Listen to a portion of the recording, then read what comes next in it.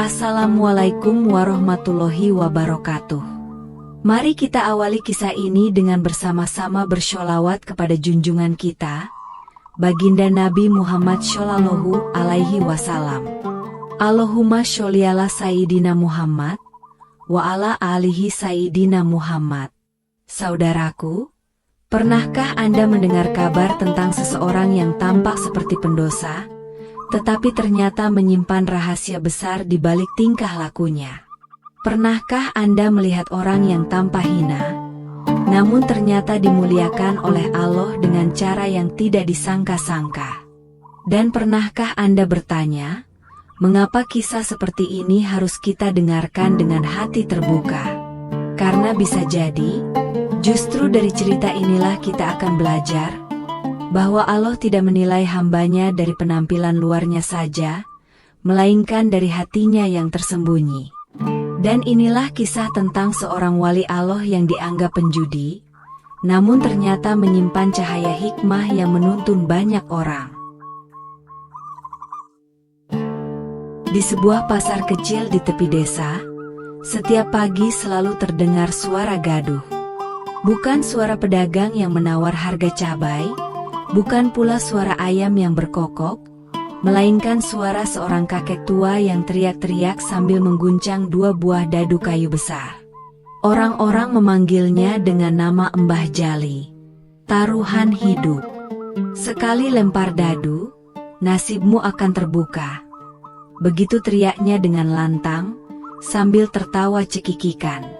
Pedagang sayur menggeleng kepala, tukang ikan mendesah sambil mencibir, dan anak-anak kecil terkikik geli menontonnya. Hampir semua orang di pasar itu menganggap Mbah Jali sebagai penjudi tua yang sudah kehilangan akal sehat.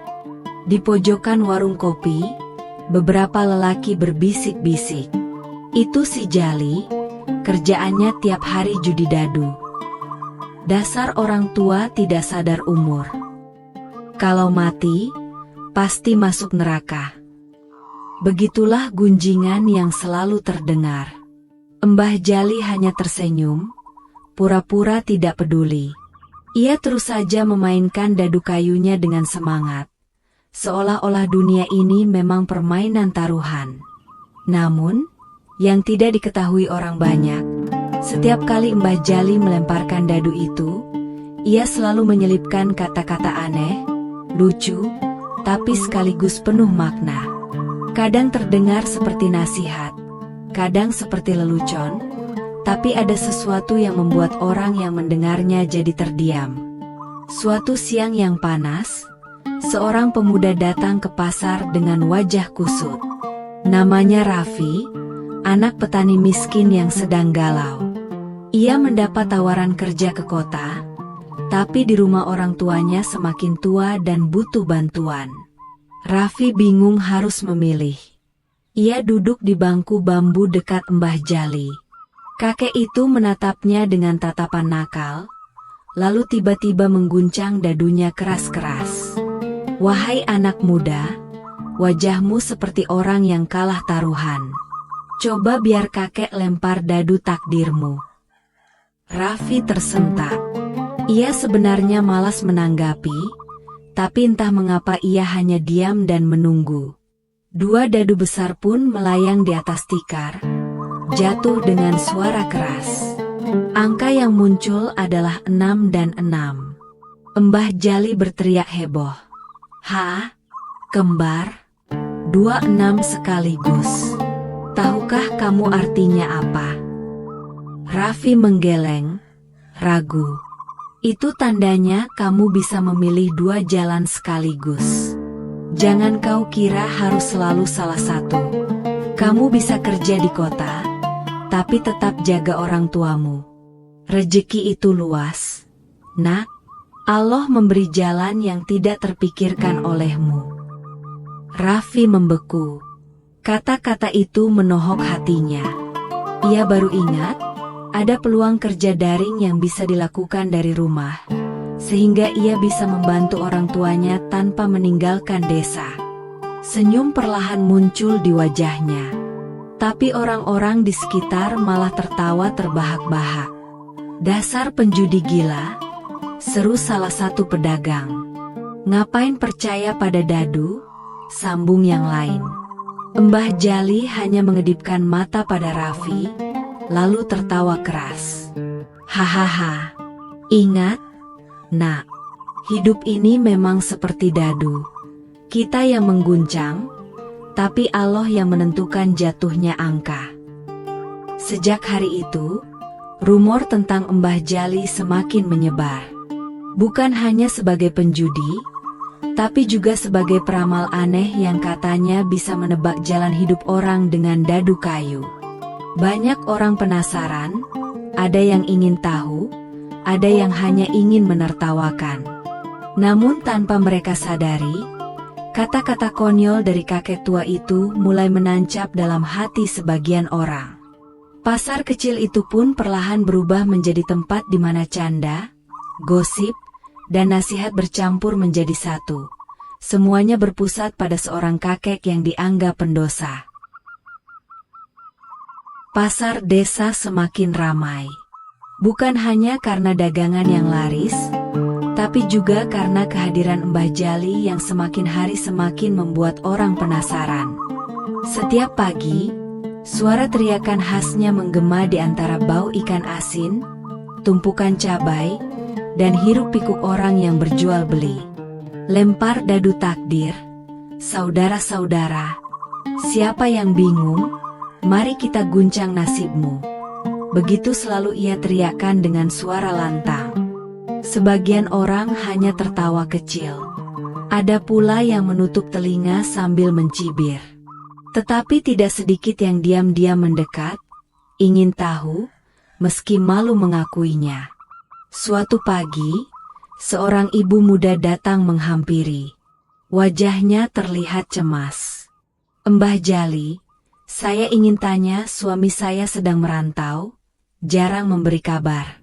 Apa saya harus tetap menunggu atau pulang ke rumah orang tua saya saja? Orang-orang langsung berbisik-bisik. Wah, dasar bodoh. Kok malah tanya ke penjudi? Mana bisa hidup ditentukan dadu. Tapi Mbah Jali tenang saja. Ia mengguncang dadunya dengan gaya seperti seorang pesulap di panggung besar. Anak-anak bersorak, orang dewasa diam-diam memperhatikan. Dadu pun terlempar dan jatuh dengan angka 1 dan 5. Mbah Jali tertawa. Hah? 1 dan 5? Jumlahnya 6. Apa artinya 6? Sholat? Nak, jangan lupa 6 huruf dalam kata sholatmu itu. Ketika engkau ragu dengan manusia, kembalilah kepada Allah lewat sholat. Tunggu dengan doa, bukan dengan gelisah. Suamimu pasti mendapat jalan pulang ketika waktunya tiba. Si ibu muda menunduk, meneteskan air mata. Ia merasa tenang untuk pertama kalinya setelah sekian lama gelisah. Namun, orang-orang di sekitar hanya tertawa geli. Ah, main dadu saja kok dianggap nasihat. Dasar aneh. Bisa-bisa nanti seluruh desa percaya pada judi. Mbah Jali tidak marah, tidak membela diri. Ia malah melucu sambil berteriak. Hahaha, kalau aku penjudi, berarti Allah juga suka bercanda lewat angka-angka kecil ini. Hari demi hari, semakin banyak orang yang mendekat. Ada seorang pemuda yang bingung soal jodoh, ada pedagang yang resah karena dagangannya tak laku, bahkan ada anak-anak sekolah yang penasaran, sekadar bertanya apakah mereka bisa naik kelas. Setiap kali dadu diguncang, keluar angka yang berbeda. Dan dari angka itu, Mbah Jali selalu menemukan kata-kata kocak yang sekaligus penuh arti. Ketika keluar angka 2 dan 4, ia berkata dengan suara lantang. 6 lagi. 2 tambah 4 itu 6. 6 rukun iman. Nak, kalau hatimu percaya, apapun jalanmu akan dimudahkan. Ketika keluar angka 3 dan 3, ia tertawa terbahak-bahak. Hahaha, Kembar lagi. Tandanya hidupmu harus seimbang. Nak, jangan berat sebelah. Kalau makan banyak, jangan lupa olahraga. Kalau kerja keras, jangan lupa doa. Orang-orang terkadang tertawa mendengar leluconnya. Tapi anehnya, banyak dari mereka yang pulang dengan hati lebih ringan, seakan beban hidupnya sedikit terangkat. Namun semakin hari, semakin keras pula bisikan miring tentangnya. Ada beberapa tokoh agama yang mulai gerah. Mereka menganggap Mbah Jali menyesatkan masyarakat dengan cara yang berbahaya. Ini tidak bisa dibiarkan, kata salah seorang ustadz di musola. Kalau dibiarkan, orang-orang akan menganggap judi itu jalan mencari petunjuk. Rumor pun menyebar, hingga ada orang yang diam-diam mengawasi Mbah Jali, menunggu kesalahannya. Tapi kakek tua itu tetap santai, tetap bercanda, tetap mengguncang dadu kayu dengan semangat, seolah tidak ada yang bisa mengganggu ketenangannya. Di sisi lain, bagi mereka yang pernah mendengar nasihatnya, hati mereka mulai goyah. Mereka sadar, meski terkesan konyol, ada sesuatu yang berbeda dari ucapan Mbah Jali. Setiap kata-katanya seolah menusuk tepat ke persoalan mereka. Raffi, pemuda yang pernah mendapat jawaban dari Dadu 66, kini sering kembali ke pasar. Ia tidak peduli dengan cibiran orang lain. Dalam hatinya, ia yakin bahwa Mbah Jali bukan sekadar penjudi tua. Ada sesuatu yang tersembunyi, sesuatu yang belum dipahami orang banyak. Dan dari situlah, bisikan tentang dadu takdir semakin ramai terdengar. Pasar desa yang biasanya hanya tempat jual beli, kini juga menjadi tempat orang mencari jawaban. Sebagian dengan harapan, sebagian dengan tawa, dan sebagian lagi dengan niat ingin menjatuhkan si kakek tua yang penuh teka-teki itu. Pagi itu pasar desa lebih riuh dari biasanya. Orang-orang tidak hanya datang membawa keranjang belanja, tetapi juga membawa kegelisahan. Mereka ingin tahu, apa yang bisa dikatakan oleh si kakek tua penjudi aneh dengan dadu kayunya. Di bawah pohon beringin besar yang menaungi tikungan pasar, Mbah Jali duduk santai. Dadu kayu raksasanya ia letakkan di atas tikar lusuh. Senyumnya mengembang, janggut putihnya bergoyang-goyang ketika ia tertawa kecil. Siapa yang ingin mengguncang nasib hari ini? Ayo mendekat, jangan malu. Dadu takdir tidak pernah berbohong. Orang-orang berkerumun. Anak-anak kecil duduk bersila, mata mereka berbinar seperti menonton pertunjukan wayang. Para ibu membawa sayur di keranjang, pura-pura belanja tapi sebenarnya ingin mendengar. Bahkan beberapa pemuda yang biasanya sibuk main bola, kini memilih duduk di belakang, pura-pura acuh tapi telinga mereka tajam mendengar setiap kata. Seorang pedagang ikan yang terkenal pelit akhirnya maju. Dengan nada setengah mengejek, ia berkata, "Mbah Jali, kalau memang dadu ini bisa kasih petunjuk, coba lempar untuk saya. Dagangan saya akhir-akhir ini sering tidak laku. Apa ada rahasia di balik angka-angka itu?" Orang-orang tertawa. Ada yang bersorak, ada yang menunggu jawaban. Mbah Jali mengangkat dadunya tinggi-tinggi, mengguncangnya keras-keras. Suara kayu berdentum, lalu dadu pun jatuh ke tikar. Angka yang muncul adalah 4 dan 2. 6 lagi, teriaknya sambil tergelak. 6, wahai pedagang ikan. 6 itu rukun iman. Kalau jualanmu tidak laku, jangan hanya pikir harga atau pembeli. Ingatlah Allah yang beri rezeki. Jangan pelit pada sedekah, maka ikanmu akan mencari pembeli dengan sendirinya. Kerumunan mendengus, sebagian tertawa. Tapi si pedagang ikan terdiam. Ia menunduk, Wajahnya merah, karena selama ini memang ia terkenal tidak pernah mau sedekah meski hasil jualannya banyak. Belum selesai gumaman orang-orang, seorang anak kecil tiba-tiba berlari ke depan. Wajahnya polos, pakaiannya compang-camping. Ia bersuara lantang. "Mbah Jali, saya ingin tahu, apakah saya bisa naik kelas tahun ini? Guru saya bilang nilai saya jelek." Orang dewasa tertawa terbahak-bahak. "Hahaha, anak kecil pun percaya Dadu. Dasar gila semua, masa sekolah ditentukan judi." Tapi Mbah Jali serius. Ia mengguncang Dadu, melempar dengan hati-hati. Angka yang keluar adalah 3 dan 3. Kembar 3. Tahu artinya apa, nak? Anak kecil itu menggeleng. 3 tambah 3 itu 6. Lagi-lagi 6. 6 itu tanda seimbang. Belajar dan bermainmu harus seimbang. Kalau kau lebih rajin, Allah akan mudahkan jalanmu. Dan ingat, anak rajin bukan hanya yang nilainya tinggi, tapi juga yang sopan dan jujur. Anak itu tersenyum lebar, lalu mengangguk dengan semangat. Orang-orang yang tadinya menertawakan, kini mulai terdiam. Ada sesuatu yang aneh, seolah angka yang keluar benar-benar punya arti. Kabar tentang keanehan Dadu itu menyebar cepat. Keesokan harinya, orang yang datang lebih banyak lagi. Ada yang datang dari desa tetangga, hanya untuk melihat si kakek tua yang dianggap penjudi. Ada yang percaya, ada yang menantang, ada pula yang sekadar ingin menertawakan. Kerumunan semakin padat. Mbah Jali tetap duduk santai.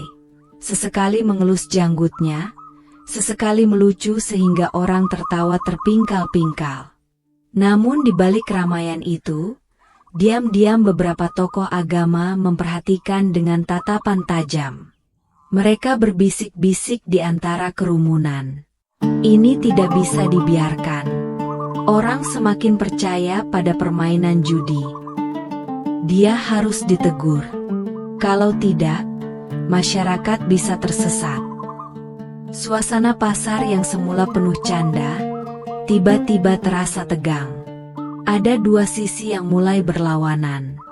Satu pihak mulai percaya bahwa Mbah Jali membawa hikmah lewat dadu kayunya, sementara pihak lain menganggapnya penyesat yang harus dihentikan.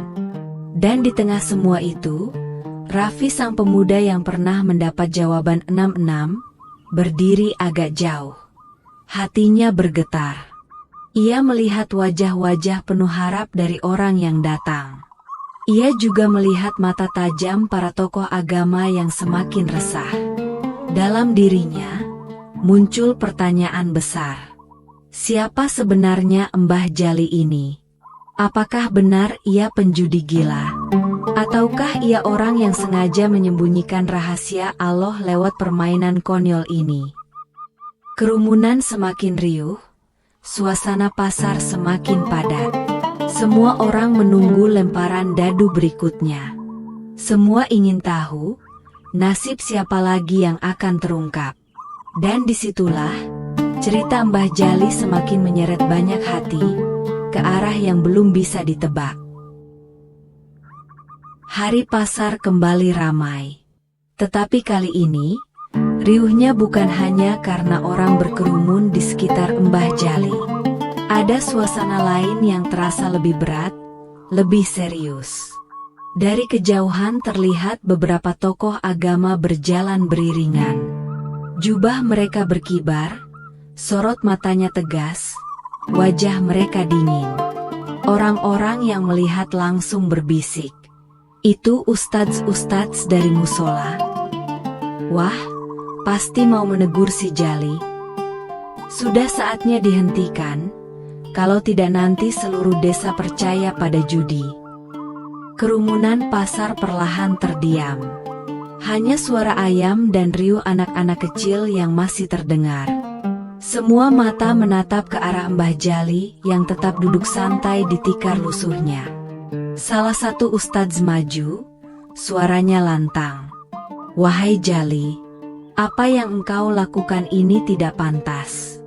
Setiap hari engkau guncang dadu, seolah-olah bisa menentukan takdir manusia. Itu adalah permainan judi. Apakah kau ingin masyarakatmu tersesat?" Orang-orang menahan napas. Beberapa ada yang mengangguk setuju, beberapa ada pula yang saling pandang dengan wajah ragu. Mbah Jali mengelus janggutnya, tertawa kecil.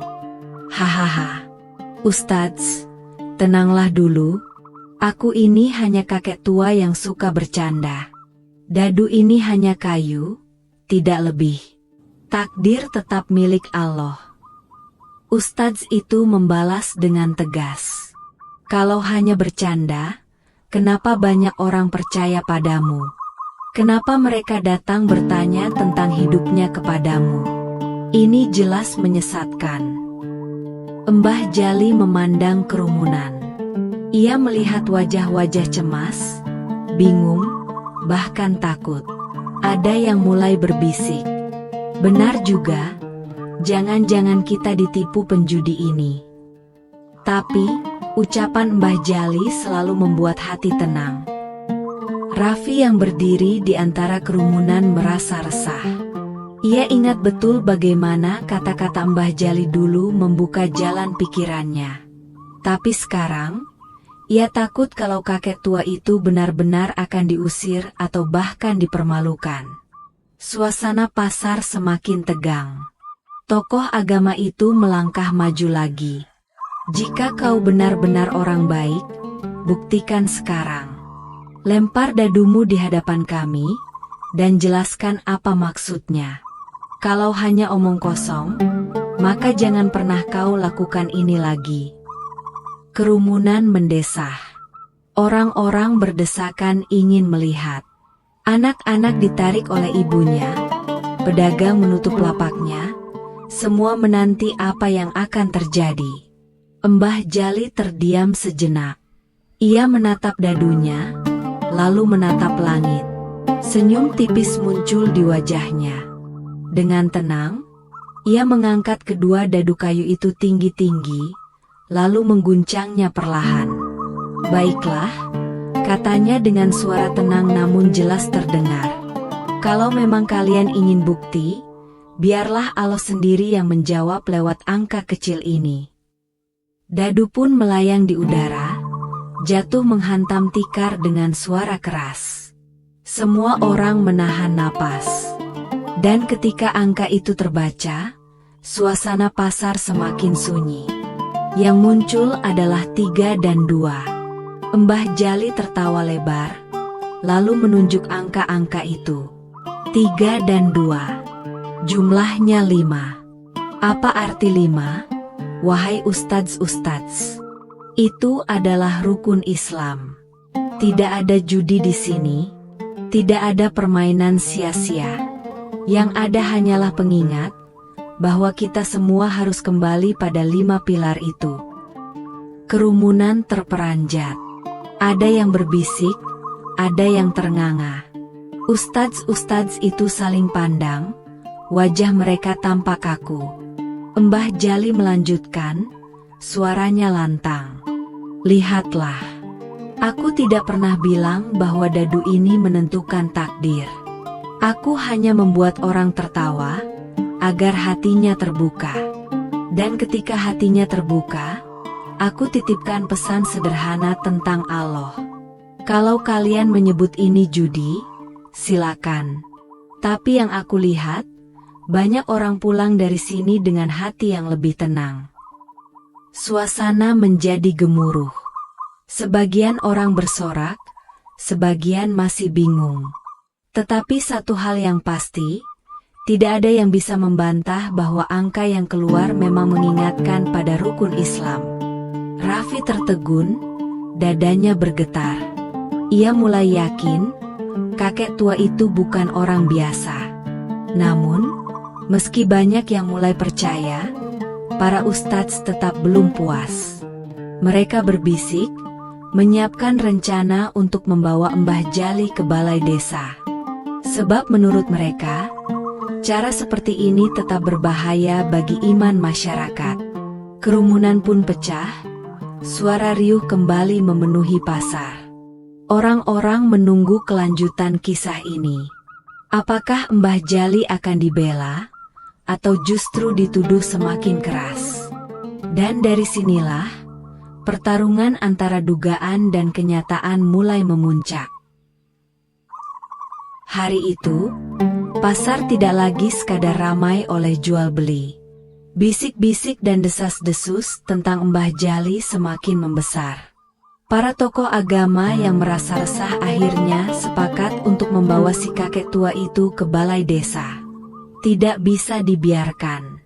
Kalau terus begini, orang akan semakin percaya pada permainan judi, ujar salah satu ustadz dengan nada keras. Betul. Lebih baik kita adili di depan kepala desa, biar jelas duduk perkaranya. Orang-orang pun mendengar rencana itu, lalu berbondong-bondong mengikuti. Seperti rombongan karnaval, Mbah Jali berjalan di tengah kerumunan, dikelilingi pandangan mata yang penuh tanya.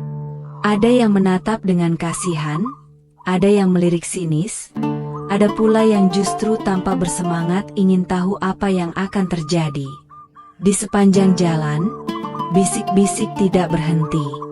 Wah, penjudi tua ini akhirnya ditangkap. Siapa tahu nanti di balai desa terbongkar rahasianya. Aku penasaran, apa dia akan dihukum? Raffi berjalan di belakang rombongan dengan hati cemas. Ia ingin maju membela, tetapi takut suaranya tidak didengar. Di dalam hatinya, ia berdoa semoga Allah memberikan kejelasan hari itu. Mbah Jali sendiri tampak tenang. Ia berjalan sambil sesekali tersenyum, bahkan sempat melucu pada anak-anak kecil yang mengikuti. Hahaha, jangan takut, nak, kakek ini bukan pencuri ayam. Kakek hanya tukang guncang dadu. Anak-anak itu tertawa cekikikan, meski wajah orang tua mereka tetap serius. Setibanya di balai desa, suasana menjadi hening. Kepala desa duduk di kursi panjang, diapit para perangkat desa. Di depannya, Mbah Jali diminta duduk di bangku kayu. Warga berdesakan di luar jendela, semua ingin melihat jalannya sidang aneh ini. Salah seorang ustadz membuka suara. Kepala desa, kami menuntut agar orang tua ini dihentikan. Ia setiap hari mengajarkan orang dengan dadu, seolah-olah nasib manusia ditentukan oleh judi. Ini bisa menyesatkan masyarakat. Kepala desa mengangguk pelan. Pandangannya beralih ke Mbah Jali yang duduk santai. Jali, apa benar yang dikatakan orang-orang? Apa kau memang berjudi, atau sekadar bermain-main dengan masyarakat? Mbah Jali tersenyum, lalu menjawab dengan suara tenang. Kepala desa, aku tidak pernah mengajak orang bertaruh uang, tidak pernah pula mengambil keuntungan dari mereka. Aku hanya mengguncang dadu, lalu memberi kata-kata yang membuat mereka tertawa sekaligus berpikir. Kalau mereka merasa lebih tenang setelah itu, bukankah itu pertolongan dari Allah, bukan dariku? Ustadz yang lain langsung memotong. Itu hanya alasan. Buktinya banyak orang datang kepadamu, percaya bahwa dadu itu bisa menjawab persoalan hidup. Suasana tegang. Warga yang mendengar dari luar mulai saling berbisik. Ada yang setuju dengan para ustadz, ada yang mulai ragu. Kepala desa menghela napas. Ia lalu berkata, kalau begitu, biar hari ini kita uji bersama. Lemparkan dadu itu di hadapan kami. Tunjukkan apa maksudmu. Kalau benar hanya permainan, maka semua akan jelas. Kalau tidak, kami akan menghentikanmu. Kerumunan langsung bergemuruh. Orang-orang semakin berdesakan, ingin melihat apa yang akan terjadi. Dadu kayu besar itu kini menjadi pusat perhatian seluruh desa. Mbah Jali memandang sekeliling, lalu menatap kepala desa. Senyum tipis muncul di wajahnya. Baiklah, kalau kalian ingin bukti, mari kita lihat apa yang Dadu ini katakan hari ini. Ingat, Dadu tidak punya kuasa. Yang punya kuasa hanyalah Allah. Angka hanya sekadar jembatan untuk menyampaikan pesan. Ia mengguncang Dadu perlahan, suara kayu beradu bergema di ruangan. Semua mata menatap tanpa berkedip. Waktu seakan berjalan lambat. Dan akhirnya, Dadu pun terlempar ke lantai balai desa, bergulir sebelum berhenti dengan bunyi keras. Angka yang muncul adalah 1 dan 4. Jumlahnya 5. Mbah Jali menepuk lututnya, tertawa lebar. Hahaha, 5 lagi. Bukankah ini rukun Islam? Tidakkah kalian lihat? Allah sedang mengingatkan kita semua. Bukan soal judi, bukan soal taruhan, melainkan kembali kepada fondasi hidup kita. Syahadat, sholat, zakat, puasa, haji. Itulah yang harus kita tegakkan. Suasana mendadak hening. Tidak ada yang berani bicara. Bahkan para ustadz pun saling pandang, tidak tahu harus berkata apa. Karena angka yang keluar seakan menegaskan ucapan Mbah Jali. Raffi yang berdiri di luar merasakan bulu kuduknya berdiri. Hatinya semakin yakin bahwa yang sedang ia saksikan bukanlah kebetulan semata. Namun ketegangan belum selesai. Para ustadz masih merasa terusik. Mereka berbisik pelan, berencana mencari cara lain untuk membuktikan bahwa Mbah Jali hanyalah penipu. Dan dari sanalah, kisah kakek tua dengan dadu kayunya semakin mendekati puncak, dengan pertanyaan besar yang menggantung di hati semua orang. Setelah angka 5 muncul di balai desa, suasana semakin sulit ditebak. Warga yang semula yakin bahwa Mbah Jali hanyalah penjudi gila, kini mulai terdiam. Sebagian wajah menampakkan rasa takjub, sebagian lagi masih menahan tawa yang dipaksakan. Para ustadz yang hadir tampak gelisah. Mereka merasa ucapan kakek tua itu terlalu tepat untuk dianggap kebetulan. Namun, mereka juga tidak bisa menerima begitu saja. Seorang ustadz berdiri, suaranya tajam. Jali, jangan kira kau bisa memperdaya kami dengan angka-angka. Semua orang bisa menebak-nebak arti dari dadu. Kalau benar kau tidak menyesatkan, buktikan sekali lagi. Lempar dadu itu, lalu jelaskan maknanya di hadapan semua warga. Kerumunan langsung bergemuruh. Suara bisik-bisik semakin riuh. Wah, dicoba lagi. Kalau kali ini juga benar, bagaimana coba? Aku jadi merinding. Mbah Jali tertawa kecil, suaranya serak namun mantap. Hahaha, kalian ini lucu. Seakan-akan aku ini tukang sulap. Dadu hanyalah kayu, ustadz. Tapi baiklah, kalau kalian ingin Allah menjawab lewat angka lagi, mari kita coba. Ia mengguncang dadu besar itu, lebih lama dari biasanya. Suara kayu beradu membuat orang-orang semakin tegang. Semua mata terpaku, seakan seluruh dunia sedang menunggu angka yang akan keluar. Dadu pun terlempar, berputar beberapa kali, hingga akhirnya berhenti. Angka yang muncul adalah 6 dan 1. Mbah Jali menepuk tangannya. 7. Hahaha, angka 7. Tahukah kalian apa makna 7? Langit ada 7 lapis. Bumi pun 7 lapis. Artinya, hidup manusia itu luas, jauh melampaui pandangan mata kita. Jangan sempitkan hati dengan iri atau curiga. Kalau ada yang datang padaku, bukan karena aku pintar, melainkan karena Allah ingin mereka tersenyum dulu sebelum mengingatnya. Kerumunan mendesah panjang.